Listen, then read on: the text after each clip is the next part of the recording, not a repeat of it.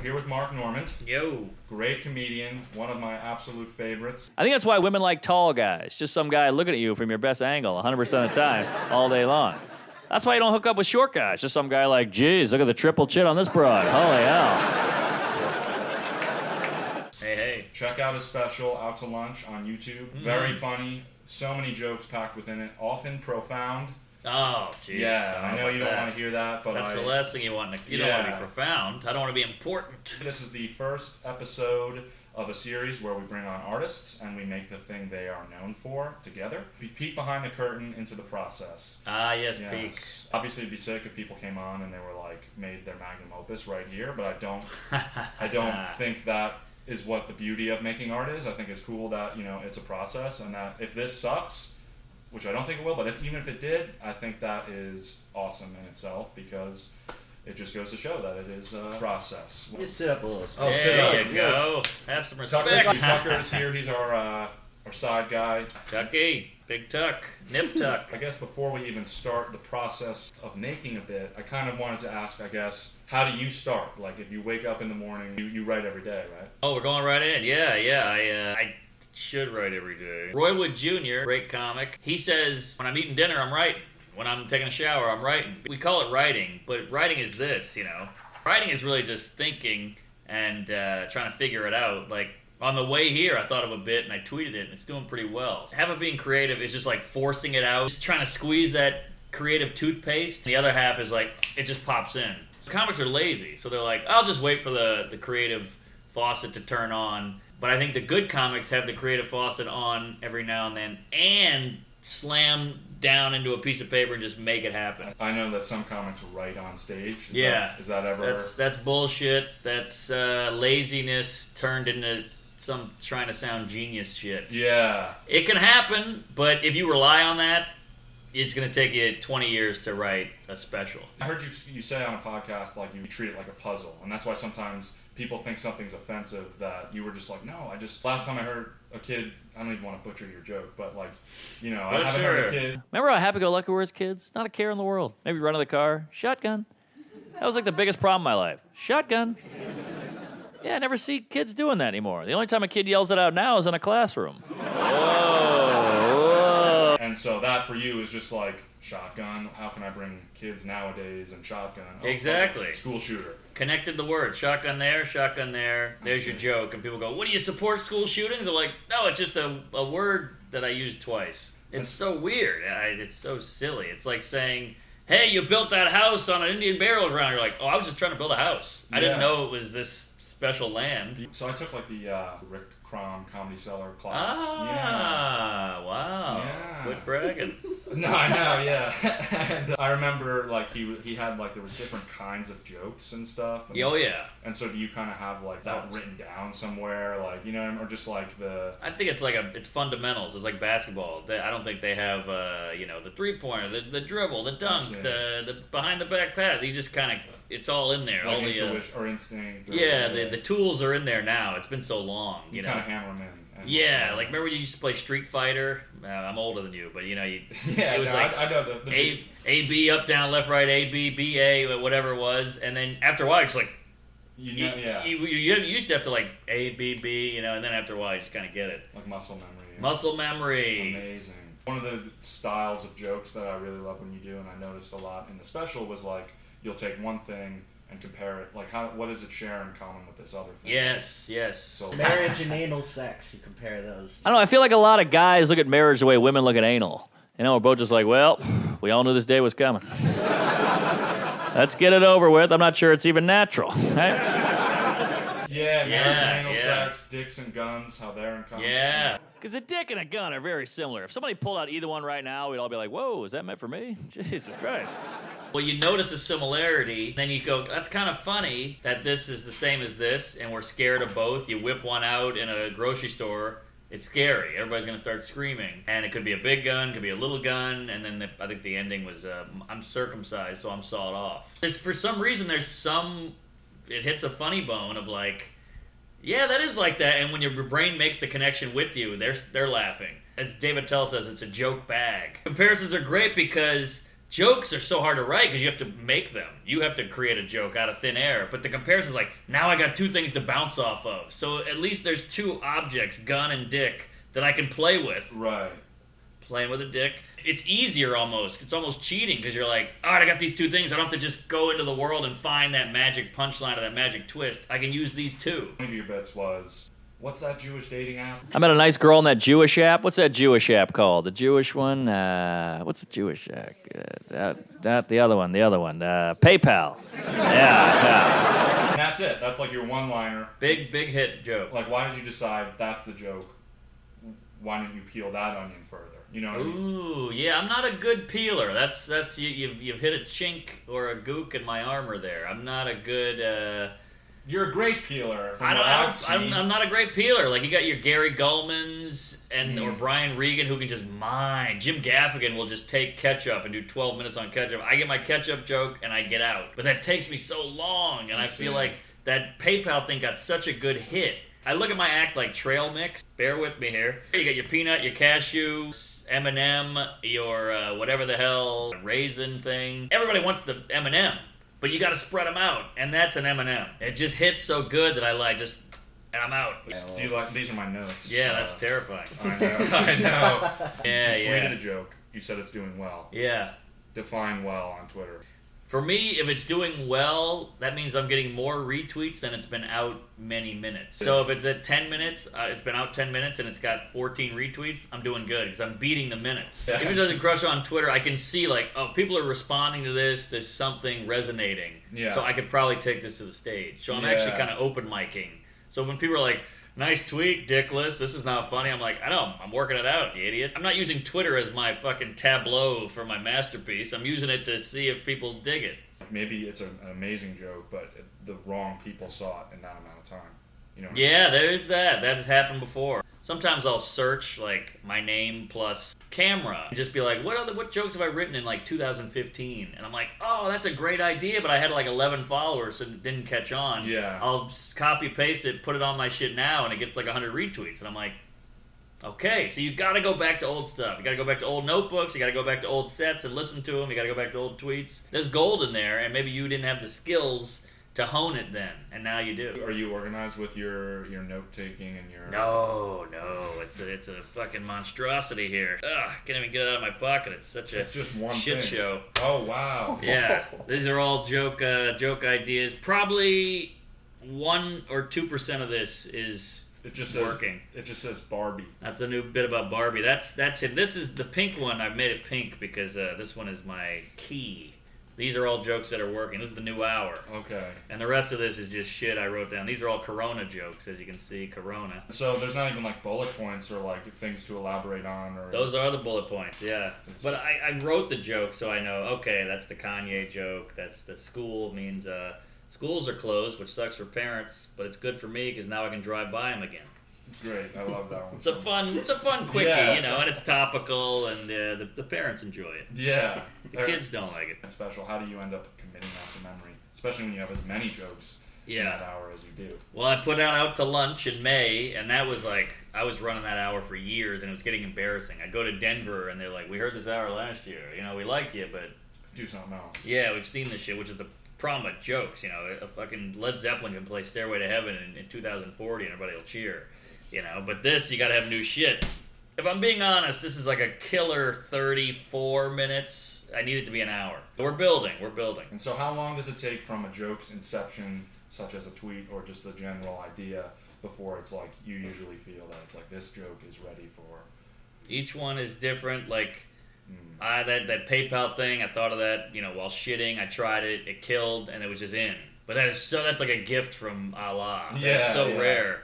So most of these take forever, and most of them, I mean, there's so many elements to telling jokes on stage. You got to think of it, then you got to write it at home, then you got to do it on stage. It bombs because you're frazzled. You're going, how the fuck does that go? How did I end that? How did I say it in my apartment? And then it's over and you're moved on. That part is hell. But once you just do that like 5 times, now you've gotten over being frazzled on stage, and you can just say the joke cleanly, but the joke still isn't ready. Now you've just gotten over the nerve part, and now you got to do the joke part, and then take it back to the apartment, rewrite it, and then listen to it. It's a nightmare. That's why the The Gaffigan long shit is so impressive. Now, this can't be interesting to the people at home. I think this is sick. Well, the purpose is to show the process of the making. All right, so, all right. You've done comedy, so you have an inkling of interest in this. There's some guy right now loading a gun. He's so bored. In my eyes, like I love Louis C.K. stand-up, right? So One of the best of all time. Yeah, and so I'm investing in you personally with my belief system here, and that I think that you could easily hit that level. I think that you're almost there with like this last special in terms of, that's why I said profound. I'm like, it's like a social commentary as much as it is funny. Oh, hey, thanks. Yeah, whatever. So if you could have went back and watched a video like this where Louis talked about the process, I mean, that's true. That I've listened to every podcast, interview, audio clip of people like Seinfeld did one, and Woody Allen did one, all these other guys. So there's no blueprint for comedy. It's the hardest thing. Like there's a fucking guitar book written by the Beatles or whatever. You can pick it up and go, oh, this is an A, this is a B, this is a C. But with comedy, there's not much in the learning department, like the training of comedy. Yeah. So that kind of makes it mysterious and elusive and magical because you got to just fucking do it. But it also is frustrating. Yeah, like you can't cover another stand-up's material to practice the performance aspect at the very least. I guess you could if nobody caught you, but or if you like did a disclaimer at the mic, like, "Hey guys, I'm going to be doing somebody else's material." Yeah, but you got to do your own because you have to learn your voice and you got to learn how you deliver your cadence. But yeah, no, I hear you. Louis C.K.'s got some great shit on YouTube from like the 90s. Yeah. Where he's kind of struggling on stage, but the material you can see like, oh, this is a big idea. The audience isn't catching on. Or maybe it's not perfectly written, but man, this is brilliant shit. Yeah. You hear his premise and you're like, oh, he can mine that a lot. Exactly. And that's the other thing about comedy nobody tells you, is it's a lot of organization and presentation. I don't just mean delivery and talking. I mean figuring out, oh, that word should go there, and I'll do this joke before that one because this one revs up to that one. It's almost like homework. Tucker's bored out of his mind here. I know. I'm playing with the cord. I know. This is the comic in me. I'm like, well, we're bombing. And so, with that, let's write a bit. Ooh. Right? All right. So if you're just sitting down, you're like, I need to write today.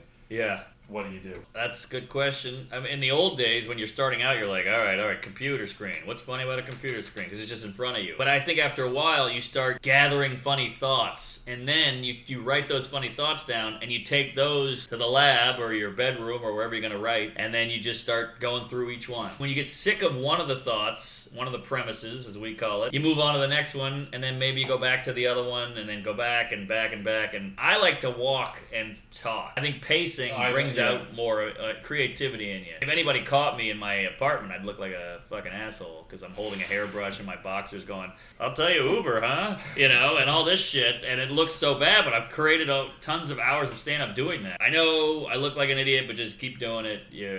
Nobody cares. Somebody's watching. Just do it. You know how you picture an audience around you? Do you do that? Yeah, when I was trying to write stand-up, I do remember trying to do that. Oh, you don't do that all the time? Well, for me, I've been doing more like video content, but I do the pacing. The pacing definitely helps for me. And also like speaking out loud, whether like saying random things, and then suddenly I'm like, whoa, wait, what I just said was kind of cool. Yeah, that's what you write down. Yeah, so. But I feel like I'm on even when I was a kid, I would fart and I would hear the audience go ha ha, or you make out with a girl and they go woo. Okay. It might be a disorder. That's really cool though. You're like always on stage in your mind. In my mind, yeah. And then you do something stupid and you're like, the audience saw that. Yeah.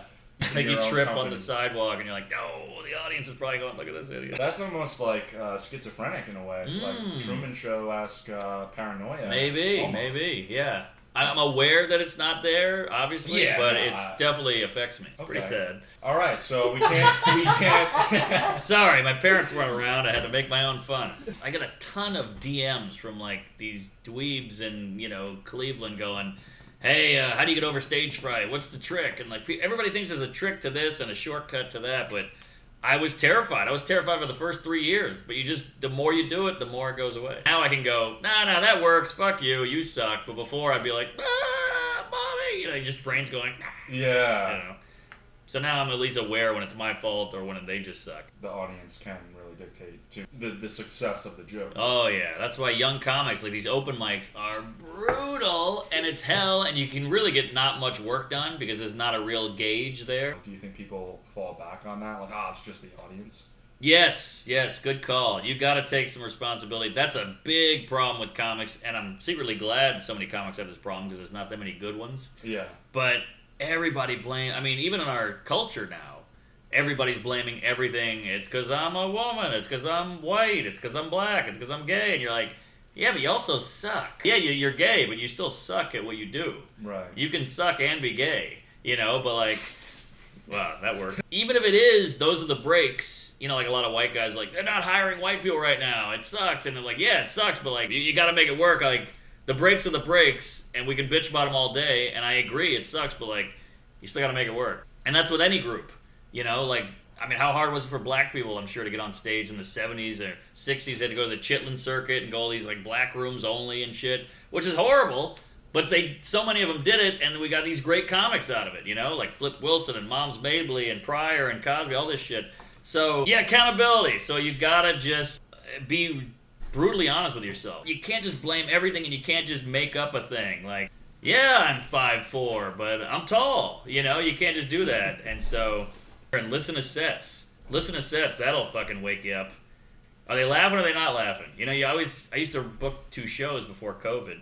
And people like, can I do your show? I'm pretty good. I'm like, oh, send me a tape. And the tape, I'm like, A, the material's bad. B, you're chewing out the audience for no reason for not laughing. And you don't know you're bad. That's a horrible combo. You're bad. And like, this guy's like a week in. I'm like, how would you be? You wouldn't be good anyway. You're a week in. Get out there. Go do some comedy. Can somebody become funnier? Of course.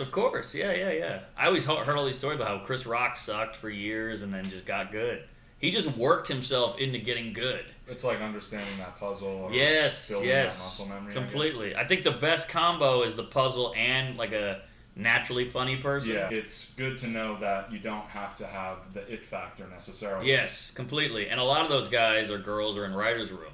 If you don't have the it factor, but you figured out the math, go to a writer's room. Because maybe you're not captivating an audience on stage, but you got some brilliant shit. All right, bit writing. Oh boy, is this me? Yeah, you're alone. I'm leather bound. It's weird because I don't know to what extent, like, I don't want to put you under a microscope. I'm willing to help, but I also don't want to be like... we'll try it out. We'll try it out. That's what half of joke writing is just trying and failing. What can I do? I mean, I've had thoughts about maybe a joke that I haven't written yet. No, that would be great. That would be absolutely great. All right. Well, maybe we'll work it out together. Because I think if I just sit here and write, it's not really good pop. Yeah. And you jump in too there, Tuck. Yeah, please, Tucker. Right, Tuck. I like comparisons. Please. Okay. I was thinking recently... This just hit me today. So I haven't written this anywhere, it says on my phone, chili pepper. So chili peppers are interesting because they're kind of going the same direction as weed. Like, they just come from the ground, both of them. So now we got to compare. Okay, we're getting there. They're both natural. Some people hate it. Some people love it. Some people are like, I need my food spicy. I love a pepper. And then some people are like, get that shit away from me. Same with weed. Right. I don't like weed, really, but all my friends get high, wake and bake, all that shit. You can eat both. And then I thought, okay, and chili peppers when I was a kid was just like, it was a fucking red chili pepper. That was it. Now there's like the ghost pepper and the honky pepper and all this shit. There's all these crazy, trans pepper or whatever the fuck. And just like weed, there's sativa, indica. So now we got strains cooking. And then every time I eat it, I regret it and I'm laying on the bathroom floor crying.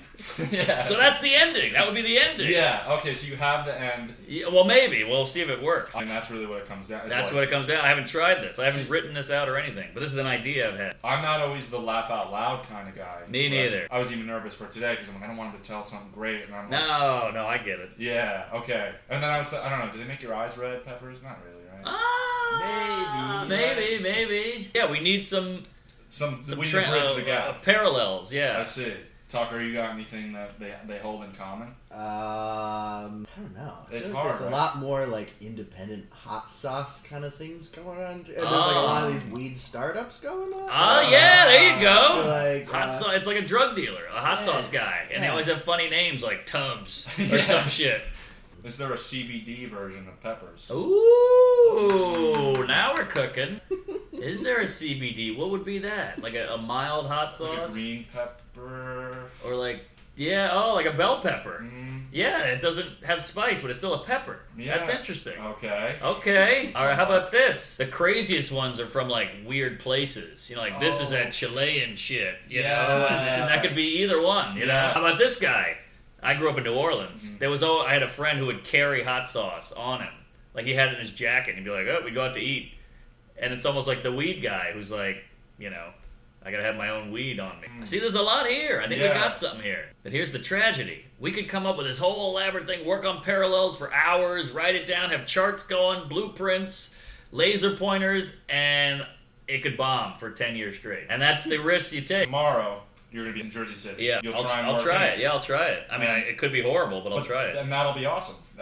Equally awesome. Yeah. Equally awesome. That'll be awesome. Yeah, well, because, like, if you could watch the Beatles fail, dude, like, that would be gold information. Well, I'm not. The Beatles is a stretch, but You go hard on yourself. well, the Beatles. I mean, that's. Yeah. So, let's go with maybe Flavor Flav. All right. Yeah. Okay. You're Flavor Flav. Yeah, I'm Flavor Flav. And you could even. I feel like you could. Like, it probably takes the romanticism out of it, but you could just like chart it down. Totally. Here's this, and then you just like. Yeah, no, there's nothing wrong with that. But do you though? I mean, or would you just go on stage with just the words chili pepper written? In your Eventually, I will. Tomorrow, I'm gonna go back to the lab and really try to flesh this out. I'll have something stage ready. Hopefully, I can just try it at least. Yeah. Have some kind of footing on where it's supposed to go. I remember like I'd have like an idea for a joke or something, and I'm like, wow, I could take it in 1,000 different directions. Yeah, and then you're that's- like, which direction do I go with it? That's the worst because the more options you have, the harder it is to find it. That's why I like the comparison because I got two and I'm ping-ponging between the two and I'm safe. Otherwise, you're out in this fucking ocean of ideas and you're screwed without a fucking buoy. Yeah. Peppers, weed. I think that was something. What did you say? Yeah, You had a yeah. good nugget, and you had a nugget, and I'm gonna write weed, pepper, then line, CBD, CBD, version, green pepper, whatever Like you said. small businesses, kinda Small upstart, businesses, yeah, startups. upstart. So that'll be And in then I like there. what you said about the foreign places. That foreign This places. comes from Venezuela. Like, some Right. guy brought it on a plane. Right. You could do it with coffee and cocaine, like Colombian. Yeah. Like that kind of shit. So But there is that like final blow of like laying I'm on the floor, floor. that's the big tie. where you're like, oh, that, yeah, and the connection is so strong. that- Right. And it's funny because you've been there. Yeah. Whether you've been that high or whether you've been that fucked up from a chili pepper, you get it. Like, I think I'm dying on weed sometimes. Exactly. Like, do you really like it the first time you have it? Like, Yeah, are you right. really actually enjoying it? Yeah. Yeah. Maybe you do it to impress a girl. You're like, I can take it. You take a big Yeah, hit yeah. or you take a big bite. And I like the idea of laying on the floor, hugging your knees, praying to God. Because when you're high, you're like, please God. And when you're eating the pepper, you're like, please stop this God. So there's a lot there. I think we got some. And I like the idea of like, oh yeah, chili pepper. It makes the audience go, yeah. I love doing that to an audience where they're like, oh shit. Especially if it's like a joke that's not laugh out loud. If it's clever still, like, you Yeah. get that applause. Sure. But I like an audible chuckle. Applause is good too, but you want the laugh with it at least. Otherwise, we just go up there and go, rape is bad. And they're like, Yeah. You know what's interesting about rape? Is it's horrible, obviously, and wrong, but it might have made you. Isn't that interesting? For some people. For some people. That was your birth was a rape. Like that, you wouldn't be here without rape. So it's this horrible thing. We all can agree you shouldn't do it. It's bad. It's evil. But without it, you might not exist. Isn't that interesting? And that's fun stuff for jokes. But you'll lose a lot of people at the butt. Rape is bad. Yeah, yes, you'll lose a but- lot of people in the butt, but it's also kind of like, gotta see where he goes with this motherfucker. Let's see him pull out of this hole, which is what a rapist says. Wow. Yeah. Nice. It's the puzzle piece. It's not like you're genuinely sitting there like, yeah, right. Of course. Obviously, but it's the fact that you could connect the dots and it's like, oh wow. Yeah, isn't that? But that's an interesting thought. You're like, oh yeah, Mm-hmm. yeah, that is interesting. Rape made you. You did that with the fat people. I read a news article about obesity. They said they're thinking about putting microchips in obese people's brains. It shocks them every time they think about food. I was like, if we have that kind of technology, I feel like we should be using that on pedophiles. Right? Why are we wasting that on chubs? I don't care about your candy intake. I'm worried about your candy output.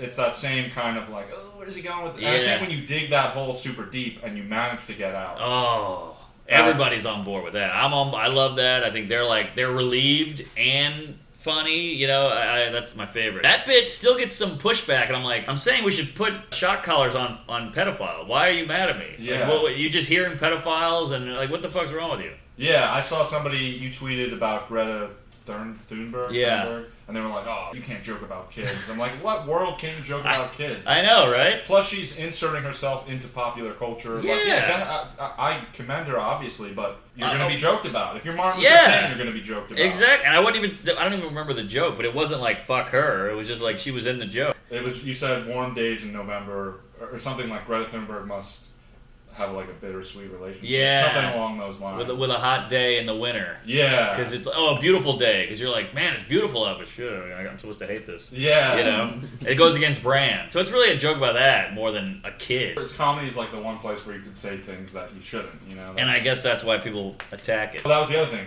You compared it to, it was alcohol in general. We're kind of in like a weird word prohibition. Can't say this, can't say that. That's why I feel like every now and then we should all go to a politically incorrect speakeasy. Just somewhere we can all go to say horrible stuff and nobody cares. You got no hate in your heart. You don't want to hurt anybody. But if you can't say it there, give us a place you can. Right? You go down some creaky stairs. You bang on a big steel door. The guy's like, what's the password? Retarded. Get in here! All right. It's like the 90s again. You know? Because offensive words, they're like alcohol. Sure, you can abuse it. Sure, you can hurt people. If you do it responsibly, it's a good time. Yeah? Just don't do it at work, don't do it around kids, but go home, close the door, take the edge off. Midget. Right? I don't want to say little people. That's like drinking in O'Doul's. That hit, like, it hit me. I was like, whoa! That was great. Really? Yeah. Oh. It was really good. Good, I'm glad. That joke took forever, by the way. Yeah? I mean, well, I'm playing with fire already. I'm saying midget and retard and all that. Yeah. So, like, already I'm turning people off. And if the joke's not perfect and executed just right, I lost them. Because they're like, this guy's just up there saying retard. But if you nail it, it's like shooting a fucking arrow through a tube. Yeah. It just goes perfectly through and you nail it. You have to be willing to sacrifice humiliating yourself and be hated by this crowd. Yeah. So it's a bitch. But also when you nail it, you said it hit you, and that's all I care about. I'm like, great, I hit some 21-year-old weirdo in Jersey. Yeah, yeah. So I'll take it. Is laughter and a good joke, they say it's like unexpected. Like, Yeah. Is that really what makes somebody laugh? Saying something they weren't expecting, is that usually Oh what it yeah, is? oh yeah. It's gotta be unexpected but still makes sense. Yeah. That's the key. Like, why'd the chicken cross the road? To get to the other side. And you're like, oh, that makes sense, but I didn't see it coming. I think there's three kinds of jokes. There's recollection, which is like nostalgia jokes that make you go, oh yeah, and you remember back in the day when you had to blow in the Nintendo, when the crowd's like, oh shit, I do remember that, oh man. Man, when your mom used to hit you with a stick, oh shit, I'm just doing a black comic. But yeah, there's recollection, then there's misdirection, which is, you thought I was gonna go this way, and I went that way. Misdirect, haha. Then there's erection, which is just dirty shit and dirty stuff. So those are my three I've named that rhyme: recollection, misdirection, and erection. This is gold content for the community. Well, this is how nerdy I get with this shit. I've made up my own little terms. Yeah, but that's how you establish like your voice and your. Because I saw on Joe Rogan you were talking about how you, I guess, were doing Seinfeld in the beginning. Oh yeah, big time. Seinfeld and Norm. I was somewhere in there. I felt like I was writing like Chris Rock. Chris Rock was a huge Bring the Pain, Bigger and Blacker, Big Piece of Chicken, Robitussin, all that shit was huge. Toss Salad Man. And then Seinfeld was like, oh, this is what a comic looks like and sounds like to me. He's got the suit on, he's this rich guy, he's on TV. Like that, to me, that was like, that's a real comedian with a job. And then Norm, to me, was just like the funniest guy on the planet. So those three were, and Carlin was in there too, but those were like my big, holy shit. Carlin's interesting because I feel like he takes a very long time to get to punchlines. Yeah. Like he's almost like a preacher that's like humorous in a Right, way. right. The Not problem- to discredit him. No. Carlin's great, but he's got a lot of shit out there. He's got 14 specials, but there's gold in there. You just got to find it. So sometimes you have to watch a whole special to get 10 minutes of gold or whatever it is. He's got some of the best structure. Shit. Bill Burr's great because he's got the structure, but it's so well hidden. He's just this bald, redheaded Boston guy ranting and raving, but it's hilarious because it's all built perfectly, but you don't notice it because he's just like, folks, I'll tell you what, dude, and this and another thing, and you're like, oh yeah, but he's still hitting all the notes. Sorry, I'm geeking out here. No. Great misdirect. This is Jim Gaffigan. I did an open mic. I was like 2008 in New York. I was nobody. It was green. I was a poor loser, pipsqueak, bitch. And I see Gaffigan go up, and I'm like, oh my god, Gaffigan. That's how good Gaffigan is. He would go to open mics. This guy's a fucking, huge whatever. Yeah. And he had this bit, and I hope I'm not stepping on it, but it was, have you noticed every culture has their own ketchup? He's talking about ketchup. And he does this whole thing, and he's like, Italians have marinara. Mexicans have salsa. And British food is terrible. And that's a great misdirect. And it's a rule of threes, by the way. Rule of threes is another one that I use a ton. Have you ever heard? So I took the Aaron Sorkin masterclass online. Oh yeah, how is that? It's actually really good. Yeah, those aren't bad. Yeah, they're cool. But the one thing he was saying, he's like, I'm not a comedy guy, but for whatever reason, when you're doing comedy with numbers, use an odd number. Ooh. And I thought that was interesting. And I've noticed, just like when the punchline is a number, like it'd be like, and then there's 13,000 midgets, but like it'd be like, it has to be an odd number. 13,001. Yeah. Yeah, that is interesting. Have you ever heard that before? Or? I heard, George Carlin always said his favorite comedy number is 9, because it's one syllable and it just hit 9. Yeah. 9. Kind of German. But yeah, that was interesting. Like Patrice O'Neill always said that specifics are funny. Make it as specific as possible. Like, don't just be. He had a joke where he said, "I'm an N-word in a Buick," Right. Which is so much funnier than N-word in a car. Buick is hilarious. I don't know why, but it's funny. Buick, N-word in a Buick. First of all, you got the N-word, which is gold, and then you got Buick. That's comedy. That's peanut butter and chocolate right there. We could go all day, but Seinfeld has a bit, and that's why I listen to so much comedy, because you learn. Because again, there's no fucking rule book. There's no training. So Seinfeld's got this great joke that I think about all the time, and this could lead to the pepper thing. He's got a joke about mad cow disease. I love this joke. He goes, mad cow disease. You heard of this? I love that we found a way to blame it on the cow. You guys are crazy. It's not us. You guys are insane. The cow's got to be thinking, and this is where he's makes the big bucks. Cow's got to be thinking, oh, I'm crazy? You guys are eating me. You're wearing me. You're drinking me. At night, you're sneaking up on me and pushing me over. And I'm a little off mentally. Like, come on! That's killer! And it's clean! It kind of reminds me of I don't know, it just makes me think of the South Park episode where they, basically it's like, everybody's up in arms about killing whales. They're like, how could it be so terrible? And like at the end of the whole episode, the punchline is like, we brutally torture and kill cows and pigs, but we draw the line at whales. Oh, like, interesting. Yeah, so it's just that sort of... That's a great point bit. Yeah. The point is so good, you're like, oh! My fat joke, which this one, talk about taking forever, this probably took a year to get right. But I have this joke where I do all these fat joke, whatever, and then my friend is fat in the joke, and he goes, oh, whatever, because we're kind of going back and forth. He goes, whatever, it's easy being thin. Meaning, like, you got an easier life. And I say, well, not really, you couldn't do it. And that kills, because it's like, it sums it all up. Like, okay, it's so easy, but you're fat as shit. So, like, it's not that easy, because you got to work at it. And that's the whole point of the joke, is like, we make fun of thin people, but like, we have to stay thin. We have to eat right and exercise, and why are we the losers? Right. You get to eat whatever you want and complain? I know this is fat shaming 101, but no, but it's finding the joke. It's finding the joke, yeah. So that took forever, but it's so simple. That just hit me in a hotel room in like fucking Denver somewhere. I was like, oh yeah, how could it be that easy? You couldn't do it, and that took so long. Sometimes you got to step out of a joke just to see it for what it is.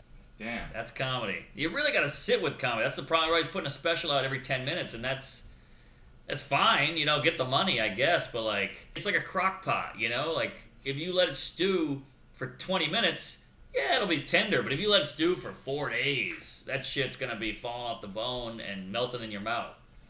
And that's the key. It's like a wine, If you let it sit for 10, this is a 10-year-old Beaujolais or whatever the fuck, That's going to be a better wine than the 10-minute Beaujolais.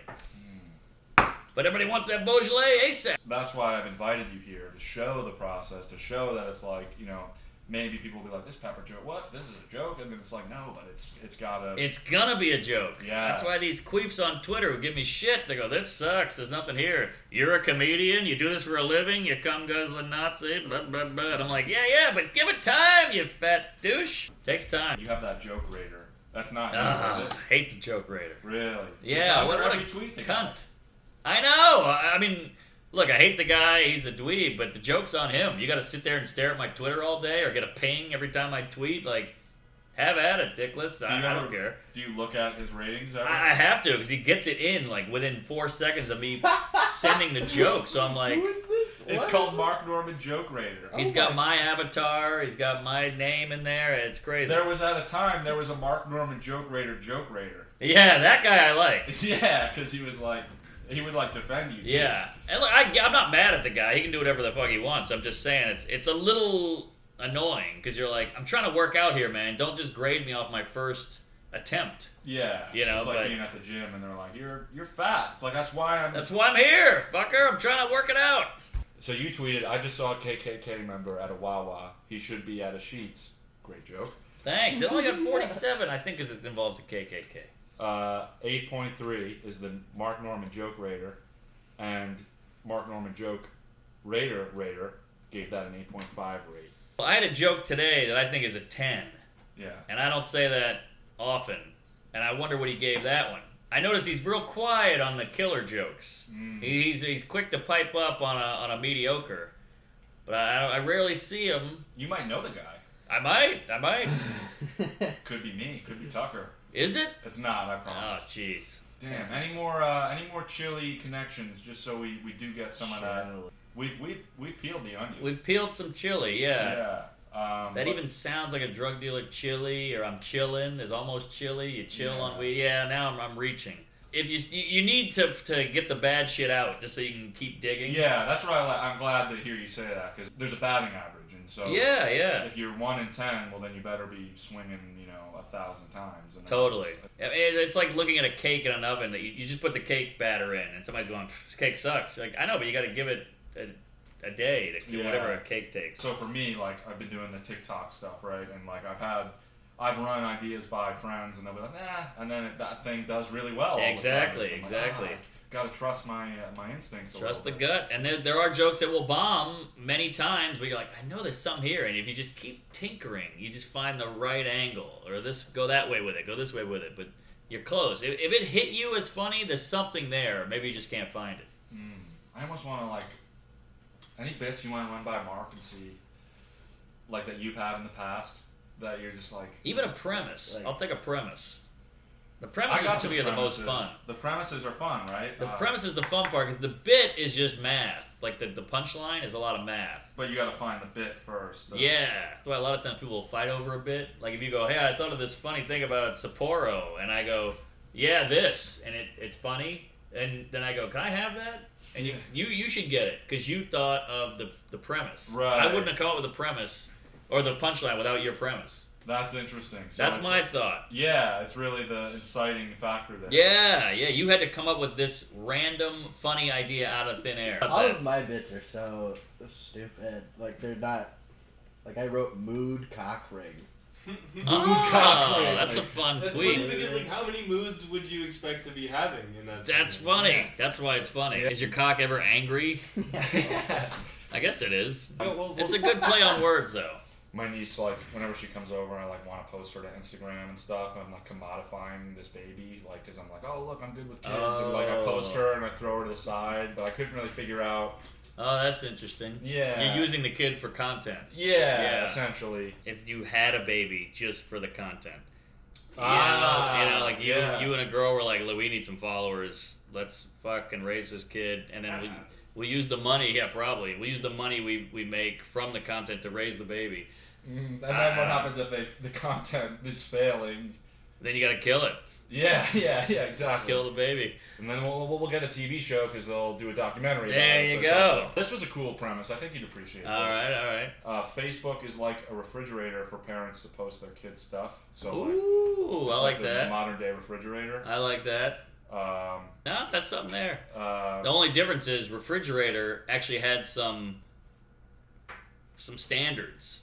you know, you put the kid's painting up there. You're not putting Grandpa's quote, Right. you know, or some bullshit that Trump did this today or whatever it What if you is. flip that, and that's what you're putting on the fridge in your house? Aha! See? Now we're cooking. That's- Who's this kid? This Where'd is he go? Phil. He is. Nice to meet you, Rob. Hey, how are you? You bring the one Jewish guy in, we got a writer. I tried to do the thing where I was like, so if you go vegan, 10 cows a year you save. Is that right? Yeah. So I was trying to do a bit about. Yeah, I like this already. Yeah. This So is it's good. like if you go vegan, that means you could technically like. That's where I don't know. It's like I could ride a cow. It's bad for their backs, but I'm already saving 9. So who cares about the one? Or, Saving 9 is fine. It's funny to think you have this 10 cow, you know, bank that you can. Hey, I killed 3, but I got 7. I still save 7. You Yeah, know? exactly. That's funny. See, I tried this at like Laughing Buddha and stuff, and you know, I see it as bombing because you know everybody's being quiet and there's no joke or punchline there yet. They might Well, have been yeah, like, you- premise is there, but You got to don't think of get- that punch. Yeah, But that's funny. cool. That's funny. I like that. God, the I Beatles. already like it. I John love. Lennon's telling me he likes my song. The Beatles. Yeah. All right. What about this for a premise? I like the cow thing. Thank you. I had an observation that all my laziest friends drink energy drinks.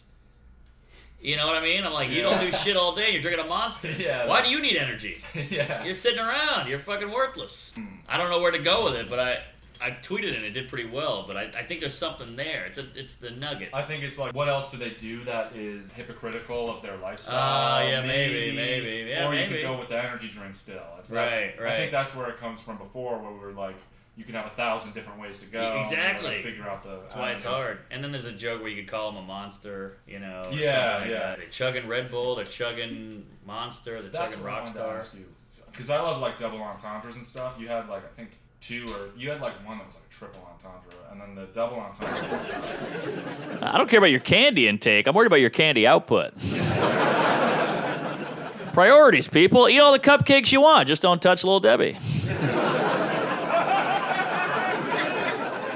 How did you get to that? When I wrote that, I danced around my apartment. Yeah. Well, Comedy Central had a show at the Comedy called This Week at the Cellar, where you'd have to read news articles. They'd send you articles, and you had to make jokes and then perform it. It was like a kind of a news show kind of thing, with a joke. And, you know, they'd be like, Biden did this and whatever. And one of them was the shock collar. They're making fat people wear a shock collar whenever they look at food. And I said, why don't we make a shock collar for pedophiles? And then I needed a joke. And I thought, Little Debbie is a candy, or a pastry, and a kid's name. Yeah. And a little kid's name. So it just clicked, and I was like, ah! And then I had to piece it all together, and it worked the first time I did it. It was a great feeling. That's so cool. I love that. I guess It's those just are like, rare. I think that's. I feel like the it factor for some people is just like that magnetic connection in their brain, where like you obviously have it, where it's like. It doesn't seem like I have it because it's so few and far between. Yeah, I'm sure more people, like some people might have it more often. Yeah. Like, but I think it's like something up there connects where it's like Yeah. the brain pathway is like, oh, this kind of overlaps with this. Right. But you gotta have the fundamentals. You gotta do the work and learn how to write a joke and study jokes and listen to jokes. And so I think the Monster, I think like right now it's like a lesser version of that Little Debbie thing, but it's the same kind of. Same kind of idea. Yeah. Sometimes I look at other jokes. I'm like, how did I write that? Because I'm staring at this Monster energy drink thing, and I'm like, I got nothing. How did I write that Little Debbie one? God, it's tough. That's comedy. It's so fleeting. You know what I've noticed for me is like there's like our friend Rose Kelso. Actually, there's 2 girls in my life that I know that like laugh at everything, and that if I talk to them, something about the laughter just like That helps. yeah, right. Gets the confidence up. It gets you flowing. Yeah. And so do you find like do you do that? Like you find certain people to run it by to. Yeah. I don't have the funny people, but I have like a couple friends who are I have one friend who's like, everything bombs. He hates everything. And then he'll go kill. So I'm like, fuck you. Don't tell him. Jokes Don't tell him. Then I have another friend, even if it's not great, he sees that there's something there and we work it out together. And that's the key. Okay. He's a comic. You have a lot of like, obviously, because like now you know a lot of the big guys. Do you ever run it by them? Or? Oh yeah. Totally. Yeah. And Definitely. do you ever feel like I remember when I did open mics, there was like one time a guy gave me a piece of paper with like, here's some possible tags. Are you ever like, I wish you know. Of course. Every time somebody's giving me a tag that's something I didn't think of that's good, I appreciate it. I like it. I'll maybe use it, but I hate that I didn't think of it. Yeah. Because I'm like, what am I doing? I'm the comic here. I can't even think of my own tags. God. I think part of the talent, though, is recognizing that it is good. And I guess knowing so. to use it. 9 times out of 10, the tag is shit, and you gotta go, oh yeah. But I Yeah. appreciate it. It means they're thinking about your joke. So any of that, even this joke raider cum face is at least thinking about me and Yeah. listening to me and working my shit out or whatever. You he's doing. impacted a guy so much There that you he go. made a Twitter account, and not only did he make one, he's actively. You're just Exactly. a huge part of somebody's life. Right, and it's annoying, but whatever. I'll take it.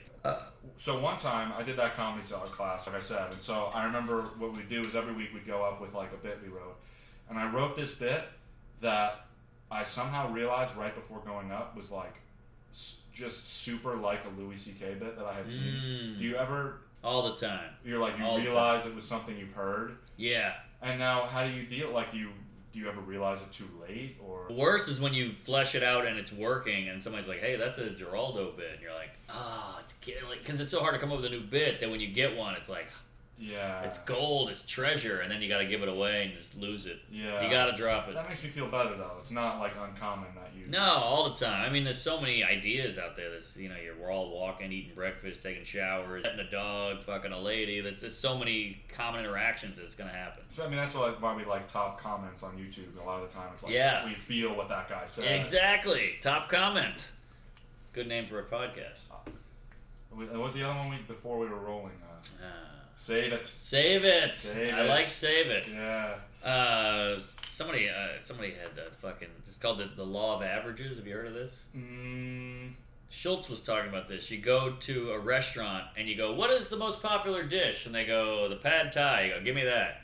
And then your friend's like, "Why you get the pad thai at a fucking diner?" And they go, "Because the fact that it's ordered the most means enough people have eaten it, tried it, liked it, came back and ordered again and again and again and again and again. And your friend tells you get the pad thai. So the fact that all that work has been done for you, and you just now know what the best thing on the menu is." Yeah, and that's why I don't like when people are like, "Oh, you like the Beatles? Everybody likes the Beatles." Like, yeah, everybody likes the Beatles. It's the like, pad thai, law of yeah. averages. With great bits and great music and all that stuff, sometimes it feels perfect when you see Yes! it. Like, that's what it should have been, exactly that. You need a little student. And it makes sense. You're like that. It's weird because sometimes it seems easy because it makes so much sense. Yes, You're like, wow, exactly. Yeah. You're like, Exactly.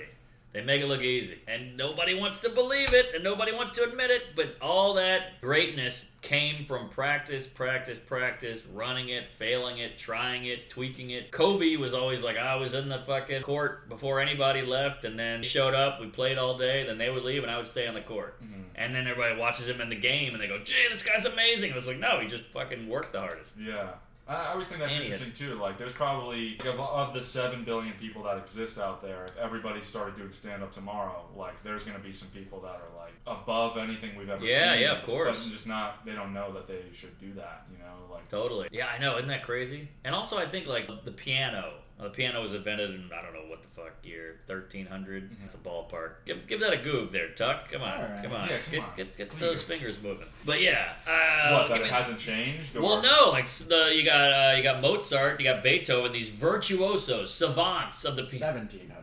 Whew, I was way off. Yeah, but there's like Yeah, an the earlier. harpsichord. Yeah. Right. You know what? Beethoven's deaf, right? Yeah. But they said he could just play, he just got it, you know, and Mozart just got it, and he was like a phenom when he was 19 or whatever. What if the piano was never invented? Would they just be a ditch digger or a bricklayer? I always think about the guitar, too, like these instruments. You might be the best Zabimbo player. Exactly. But it doesn't exist yet. Yeah, or some sport, you know, these ping pong guys, these Asian guys who are 12 feet behind the table doing this shit, killing it. No ping pong, what are they doing? Are they just serving, chopsticks? What's going on there? Something to think about. That's why comedy's great, because it always existed. I mean, the cavemen were farting on the cave woman, and the other caveman goes, oh. You know, that... The laugh. Yeah, if you want to be a professional dancer, dancing always existed, or a builder. There was always huts, building, cooks, you always had food to make. So it's cool to be in one of those, like, basic, bottom of the line, always been there professions. That's why I like boxing. It's like Boxing! You've always been fighting. Always been fighting. That's why UFC is so cool, because it's boxing, kicking, pinning, holding, you know, that whole everything. I wonder, is there a stand-up or is there a music that we didn't discover yet. That should be obvious. Oh, that's some coming. sort of art that we don't know. Definitely. I mean, you can see just with computers and shit, it's getting crazy. Yeah. Auto-tune and... Do you think, as we progress into this virtual world, like obviously I see that you're capitalizing by doing the vlog style stand-up. I'm trying anything. Do you think stand-up is like something that universally will be forever an art form? That... Yeah, I think so. I mean, it's being attacked, but I think it's only being attacked because it's so popular. Anything popular gets more eyeballs. The more eyeballs, the more hate, and the more love. Yeah. So it's just part of human nature. What do you think about a guy like Mitch Hedberg, who's all his jokes could have fit into tweets? I think he's great, only because this is more comedy nerd shit. Any one-liner guy, Stephen Wright, Mitch Hedberg, Dimitri Martin, Anthony Jeselnik, Sarah Silverman in the early years, one-liner. You have to have a heavy persona. You got to have a strong persona. Hedberg, heroin addict, long hair, red glasses. He sounds like an old jazz musician. Jeselnik, tall, good-looking guy, big blonde hair, handsome, dark as shit. Stephen Wright, monotone, balding, poofy hair, weird look, crazy, still, no energy. You got to have a hardcore persona to sustain attention for an hour. Yeah. So What was the British guy? He's like, oh. Oh, Jimmy Carr. Jimmy Carr. There you go. Yeah. Suit, perfect You do, though, haircut. you do. Yeah, he's great too. He's great. It's Yeah. not the Jimmy Carr laugh either. Oh. It's like a That's it. Yeah. There it is. That's That's great. gonna freak people out just hearing that laugh with no visual. Yeah. But yeah. So one-liner guy, Hedberg's great. I mean, I'm hungry for 2,000 of something when he's talking about rice. Yeah. That's killer. Nobody thought of that. Yeah. It's so funny. And from that delivery system, from that vehicle, that body, it all works. Dangerfield, another one. So why I asked the Twitter thing is like, do you think if he was around for this era, if he started now, like, would he have still brought all of those one-liners to the stage, or would he been like, oh, I got great tweets? Yeah, I think so, because he's so damn likable. Yeah. I mean, Twitter might have hurt him a little bit. Because you need that persona, though, like you said. Exactly. So, yeah, I mean, this guy Tuck could go up and do Hedberg, and it'd be funny, but you need that heroin addict, deep, hippie, dippy, fucking, I can make that happen too. beatnik guy. Tucker's more of like a Bo Burnham type, or he's great. Bo Burnham's brilliant. yeah. Yeah. Which is, and I think it's cool because he started on YouTube, and so he kind of gets a little flack for in the stand-up world, at least, or he did in the. You watched the interview where he was with like Ray Romano. And, Great, boy. He hung in there on those Yeah. guys. I was impressed. He had a great line. He was talking about this foreign comic from, I don't know, like Iceland or something.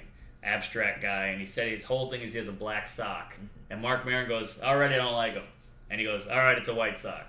Like, yeah, so quick. So yeah. I never Oh my forgot God. that. I love that joke.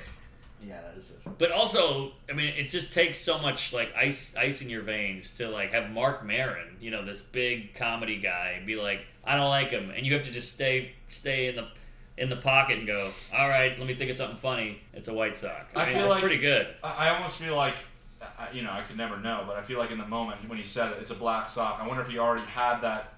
I said it's Maybe, a black thing, maybe. and then so it was like it wasn't as like in the moment as much as he was like it was almost like backed up by like a pre. Yeah, probably, but we'll never know. Yeah. And maybe the Maron thing helped him in a way. 'Cause Yeah. he got it to deliver that way. And I bet you Maron went from not liking him to being like immediately like, oh wow. Yeah. He is good. Or if I know Maron, he was probably more angry that he got that other guy. Oh got to really? laugh. Yeah, Interesting. You're gonna be doing a chili joke or a pepper I'll joke try it. tomorrow. I'll try it. Here's what I'm already. The one talent I have, I don't pat my ass on the jizz at all, but one talent I think I have is, when you throw a ball, like a basketball, and it leaves your fingers and you go, that's going to swish. Yeah. You can feel it in the midair. You're like, I know that's going to swish, and then it swishes. I have the opposite. I can tell when I'm killing in my apartment. I picture all the people laughing, the audience is laughing, chili pepper jokes, killing it. I can tell right when it leaves my mouth on stage if it's going to bomb. I know immediately, before I even say it, I go, so I got this chili pepper, this is going to bomb. And then it bombs. I always know that. But I don't know when it's going to do well, but I know when it's going to bomb. That's the only talent I have in comedy.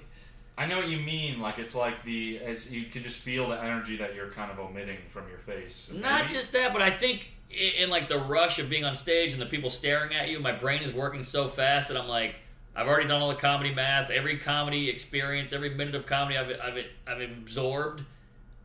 I computed this joke and it's not gonna work. But I'll still try it. All right, so tomorrow. I'm not saying it's gonna bomb. I'm saying it's just a skill I have. But you won't know until you said it. Yeah, exactly. Yeah, that's. I think you wish you had it a little further back. It'd be nice. Yeah. It'd be nice if I had it at the apartment. The apartment, you're optimistic. It's in the future. It could go any way. Who knows? Maybe it'll work, and you're clouded with all that optimism. Well, that's the nature of basketball too. You got to throw it before you can tell. If Good it's point. gonna make it in. But all right, so tomorrow Mark is going to try Pepper Joke in Jersey City on stage. Yeah. Tucker and me kind of help him, make some of those connections there. Hold on, I need a. Give me a little. Can you rip one out for me there, sloppy jalopy? Pepper. If you're on the subway and you're like, I need to remember this, what do you put in your notes or something? Yeah, exactly. Natural. They're both from the ground. All right. They've both been really modified over the years. Like there was no ghost pepper when I was a kid, and there was no Maui Wowie or whatever the fuck weed is. Sour diesel. Yeah, well, that's a good term. Yeah, now we're it's all cooking. the specifics. It's the right specifics. It is. Is that a real weed? Yes. Yeah, oh, perfect. I wonder if this was like banned, because I could see in the old days they'd be like, "Duh, chili pepper, it's evil." It seems like something like an old medicine doctor would sprinkle on a lady's vagina when she was a whore. Yeah. If you sneak it into somebody's coffee, it'll ruin their day. Huh? I'm trying. I like that. It's a joke. Yeah. I could dose you with liquid weed, or I could dose you with a fucking hot pepper. We can all laugh at your reaction. While he's doing this, please check out his special Out to Lunch on YouTube. Super great. Follow him on Instagram. Shout out to Infinite Youth for letting us film here. Don't they say that's fire? That's fire. About weed? They do. That's fire. That's gas. That's heat. They say that's heat. Do they say that's heat? They say that's heat. Oh, I never heard heat. Let's go burn. Let's go burn! Let's go burn! Yes! Yes! Let's go burn, baby! Thank you, Phil. Burn, baby, burn. Tentatively, this is called Making With. Today we're making with Mark Normand. It's set in stone now, right? I mean, I filmed it in. Making with. Right? Is it? Listen, you can. This is the chance to change it. Tell me it sucks. Making with? Right? Because the name would have to change every time. What about this? From scratch. Because we're starting with, we got nothing here. We're trying to make a cake or a joke or a song. I like from scratch. But don't use it to be nice. No, I like it. No. All right. So tomorrow you'll. I'll try it. Yeah, and and you could. I think you'll have to connect some of the dots beforehand. Or There'll be a lot of finagling. Hey, if you want to hear more jokes, go to Twitter, listen to my podcast, Tuesdays with Stories, and praise Allah. And if you want to know what to think of the jokes, you can look up Mark Normand Joke Rater too. Yeah. We will see you tomorrow in Jersey City with Mark. He's gonna try his bits, and thank you for watching so far.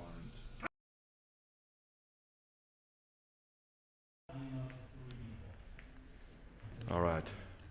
You worked on the chili pepper joke today? A little bit, yeah. I'm nervous, but I have the foundation of it. I got the skeleton of the joke. If we're building a house, I think I got the roof and the porch. And the audience is small, they're socially distanced to hell and back. There's one group all the way on the other side of the room that they're already looking at their phones. They don't even count. Got some people in cushy chairs, which is never a good sign. This could be a nightmare. Vegetable, often baked into a pie. A Grubard is a Jew.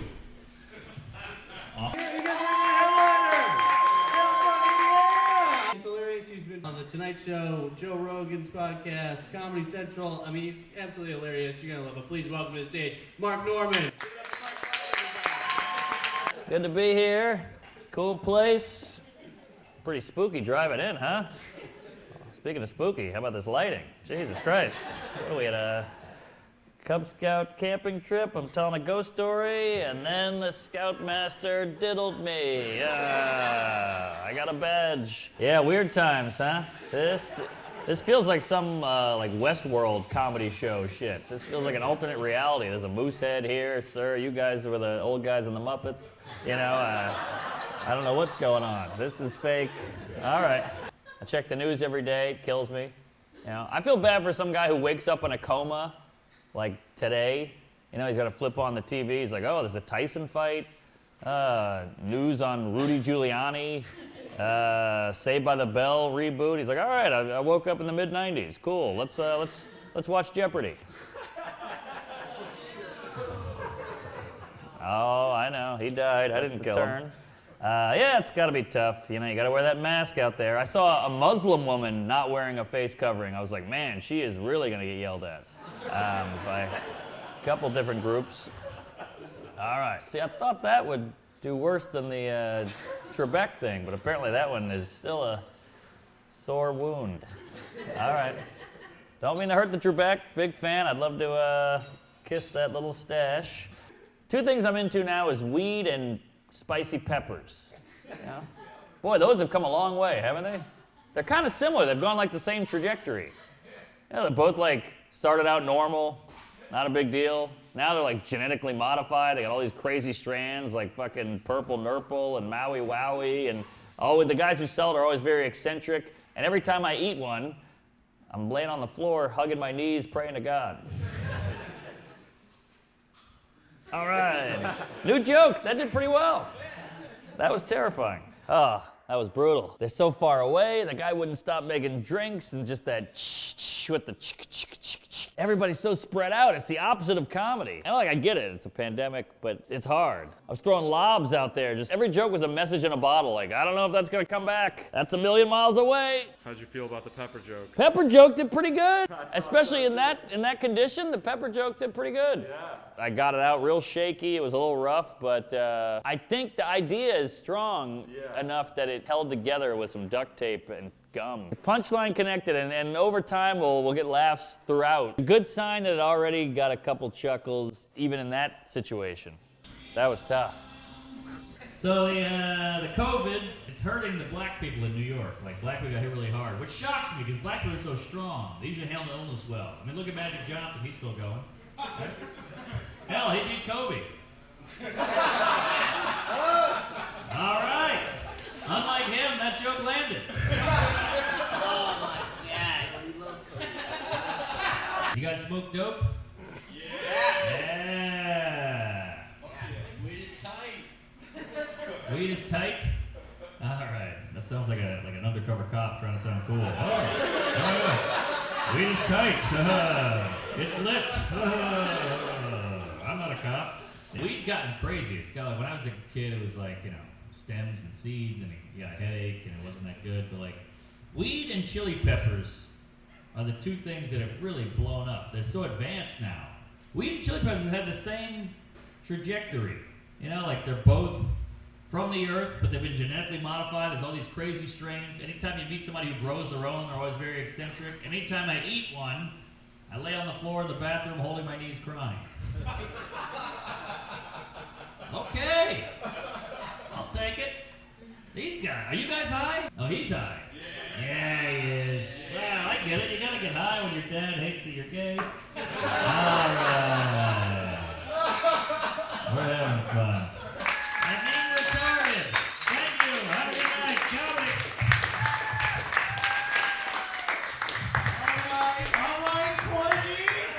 MarkNormanComedy.com to see me live. All my dates are on there, and Twitter and Instagram, and Tuesdays with stories. And check out to Lunch. We just hit 4.5 mil. Let's hit that baby to 5. Once I get that thing to 5, I'm gonna send it to Netflix and throw a Molotov cocktail through the window. Comedy.